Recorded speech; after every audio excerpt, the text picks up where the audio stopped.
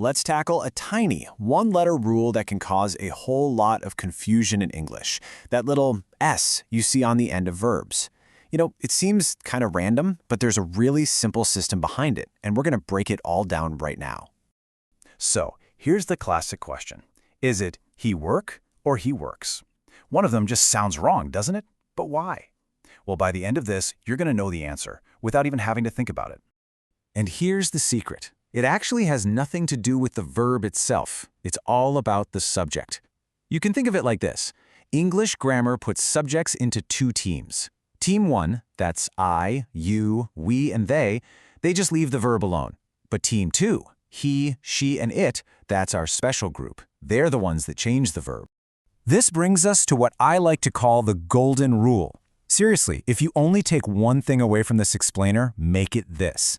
In the present tense, the verb only gets an S or an ES when the subject is he, she, or it. That's it. That's the entire foundation. Okay, so now that we've got the golden rule down, let's see how it actually works in the real world. For most verbs, the solution is just incredibly simple. This is going to be your default move. It really is this easy. For the vast majority of verbs in English, if your subject is he, she, or it, you just pop an S right on the end. Simple as that. And you can see just how consistent this is. It doesn't matter what the verb means. Playing, eating, working, whatever. The grammar rule is exactly the same. It's just a clean, simple transformation every single time. Here's a perfect example for you. The subject is she, which you'll remember is part of our special group, so the verb play needs that S. She plays football. See, it just sounds right because it's following that core rule. Let's do one more, just to really lock it in. The subject is he, so eat becomes eats. He eats breakfast at 7 a.m. So far, so simple, right? But what about a word like watch? He watches TV? That doesn't sound quite right, does it? And that brings us to our first little exception, which is actually all about pronunciation. Sometimes just sticking an S on the end makes a word kind of awkward to say. In those cases, the verb just needs a little bit of help from the vowel E. The rule here is pretty straightforward.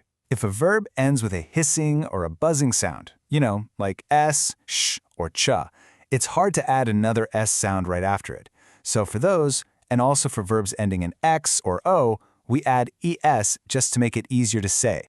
Let's see it in action. Pass becomes passes. Wash becomes washes. And here's the proof. Try saying watches. It's clumsy, right? But watch is perfect. That extra E adds a whole new syllable, making it flow so much better.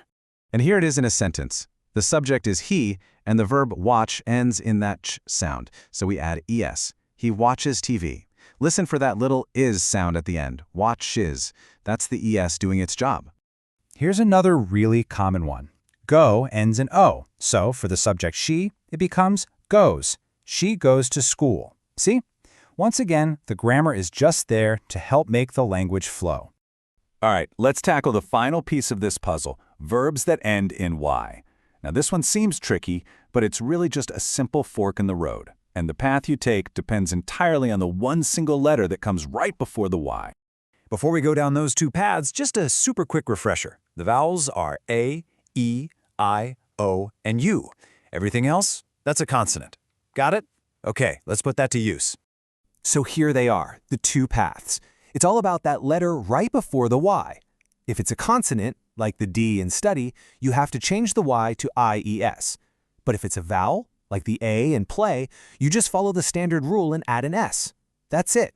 So let's take that first path. In the word study, the letter before Y is D, and that's a consonant. So when the subject is she, we drop the Y and we add IES, which gives us she studies English. And now for the second path. In play, the letter before Y is A, which is a vowel. That means we don't change anything. We just add an S like we normally would. He plays football. See the difference? It all comes down to that single letter before the Y. Okay, so we've got the golden rule, the standard S, the special ES for those pronunciation tricky spots, and the two paths for Y verbs. Let's combine all of that into one final cheat sheet. And here it is, the entire system in one table. Think of it like a little decision tree. First, you look at your subject. If it's I, you, we, or they, you can just stop. You're done. No change. But if it's he, she, or it, you just take one more step. Look at how the verb ends and then follow the simple rule for that specific end. So there you have it. You know what the rule is and how it all works. But have you ever just wondered why it even exists at all? I mean, why does English single out he, she, and it for this special treatment? Well, the history behind that is a really fascinating story, but that's a tale for another explainer.